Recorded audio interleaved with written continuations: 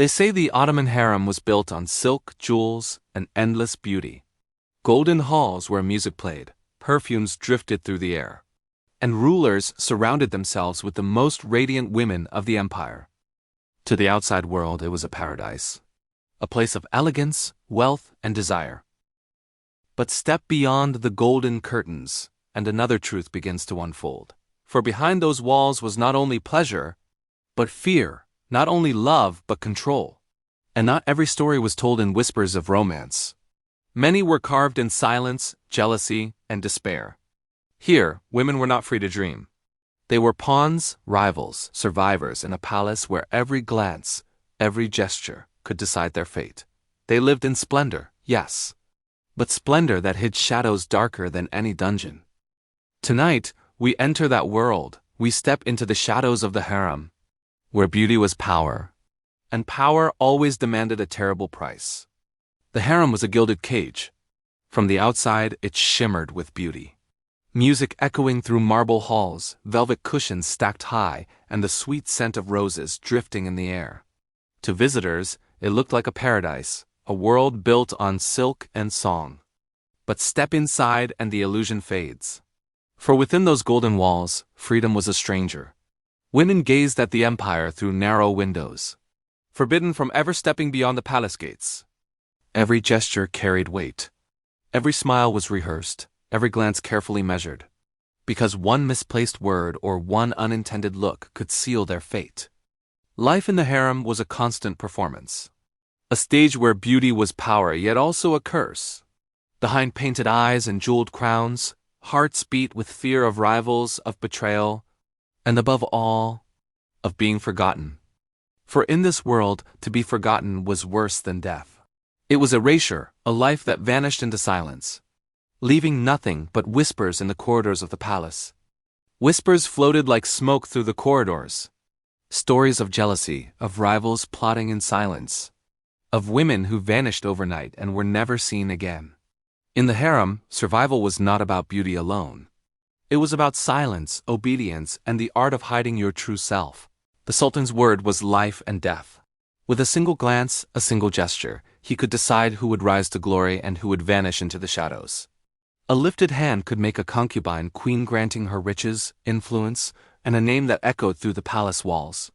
But with the very same hand, he could erase her completely, her name stricken from memory, her presence reduced to silence.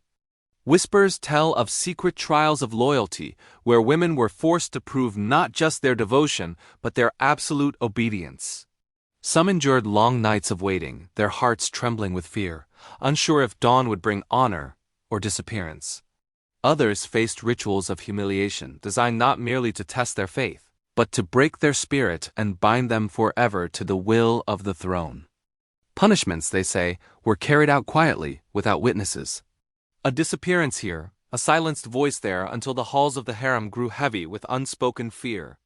Every glance, every smile, every step had to be measured with precision, for one mistake could turn the Sultan's favor into wrath.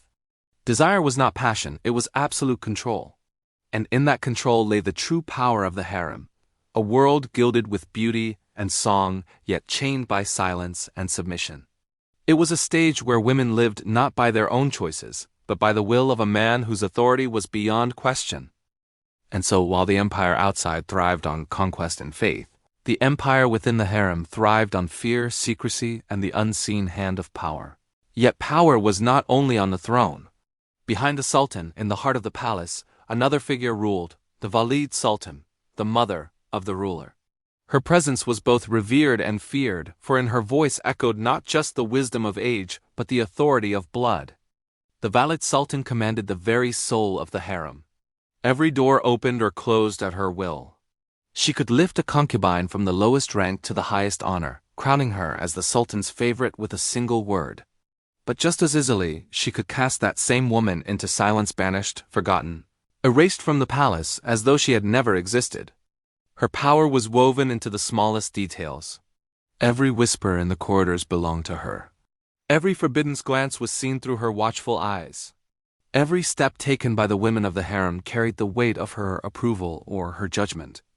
She was the unseen hand behind the throne, the keeper of secrets, When tensions rose, it was her decision that could spark peace or ignite fury.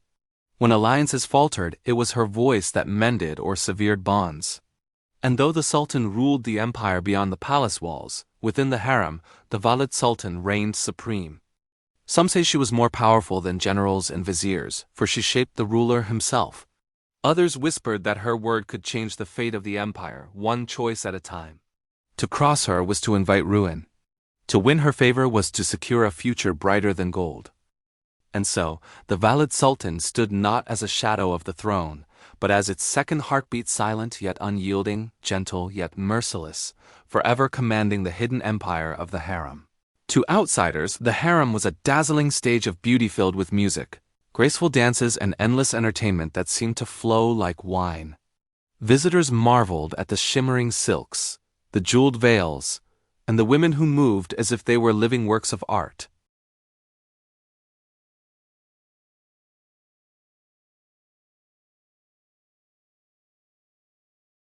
But for the women themselves, every performance was a battle of survival.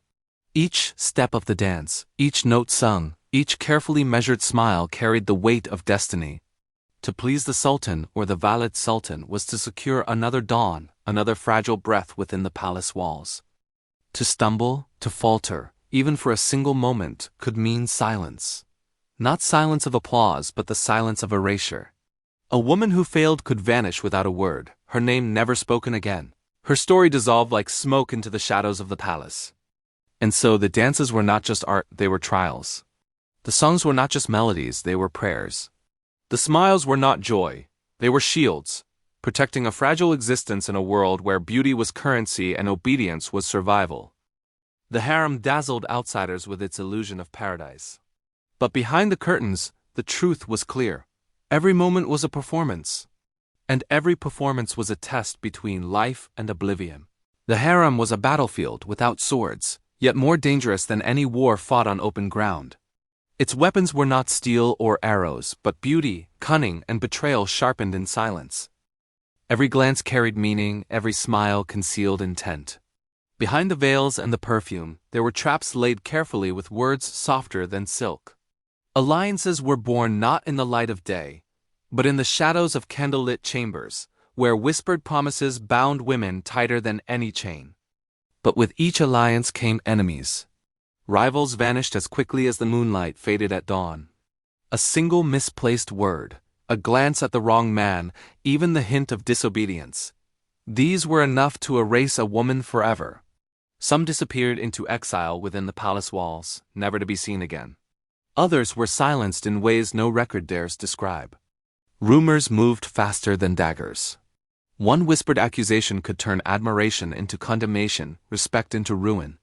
And yet, secrets, precious, fragile secrets, could raise even the lowliest concubine into untouchable power. A single hidden truth, if played at the right moment, could secure not only survival but the throne itself. This was the paradox of the harem, a paradise gilded in jewels, but beneath its surface lay a battlefield of shadows, where every woman fought not for glory but for life itself. And in this war the sharpest weapon was not the blade, but the tongue, the whisper, the secret no one else was meant to hear. And when punishment came, it was swift, cold, and silent. There were no warnings, no trials, no second chances. One moment a woman might be laughing in the courtyard, her silks catching the sunlight.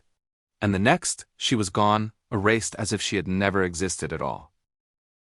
Some were banished to distant chambers, their names struck from the records, their jewels stripped away, their voices never heard again. To the world outside, it was as if they had died, though their bodies still walked the halls in ghostly silence. Others simply vanished. Their footsteps left no trace, their laughter cut short, their presence swallowed by the endless walls of the palace. Servants whispered that even the stones themselves seemed to consume those who displeased the Sultan or the Valid. The silence of the harem was louder than any scream. It was a silence heavy with warning, pressing down on every woman who remained. Each disappearance was a message.